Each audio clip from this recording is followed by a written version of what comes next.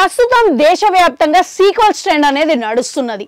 First half hit అయితే మాత్రం automatic గా హైప్ వచ్చేస్తున్నది, భారీ కలెక్షన్లు కూడా వస్తున్నాయి. ఇక సీక్వెల్ సినిమాలు ఏ మాత్రం పాజిటివ్ టాక్ వచ్చినా గానీ ఇక 100 కోట్ల బిజినెస్ అందుకోవచ్చు అని చెప్పేసి, కలెక్షన్లు అందుకోవచ్చు అని చెప్పేసి నిర్మాతలు డైరెక్టర్లు కూడా సీక్వెల్ ఆ రేంజ్ లో ప్లాన్ చేస్తున్నారు.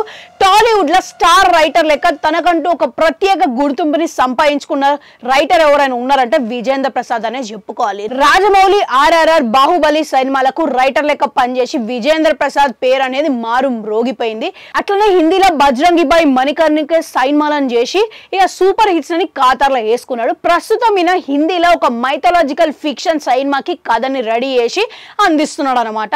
ఇక సూపర్ స్టార్ మహేష్ బాబు రాజమౌళి కాంబోలో వచ్చే సినిమాలో కూడా స్క్రిప్ట్ వర్క్ లో పాల్గొనడం అనేది విశేషం అనే చెప్పుకోవాలి. ఇక అసలు ముచ్చటకు వస్తే KK రాధామోహన్ ప్రొడ్యూసర్ లెక్క హిందీలో రుస్లాన్ అనే సినిమాని ఇక ఇప్పుడు నిర్మించిండు. ఇక ఆ సినిమా ప్రమోషనల్ ఈవెంట్ లో విజేంద్ర ప్రసాద్ గురించి మాట్లాడుకుంటూ ఒక ఇంట్రెస్టింగ్ ముచ్చట్లయితే చెప్పిండు.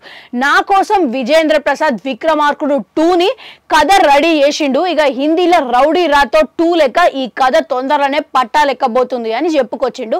అట్లనే బజరంగి భాయ్ కథ కూడా రెడీగా ఉన్నది. ఇక తొందరలోనే సల్మాన్ ఖాన్ కి కూడా ఈ కథని చెప్పడానికి వెళ్ళబోతున్నాము, కాకపోతే నేను దీనికి ప్రొడ్యూసర్ లెక్క చేస్తలేను అని చెప్పుకొచ్చిండు.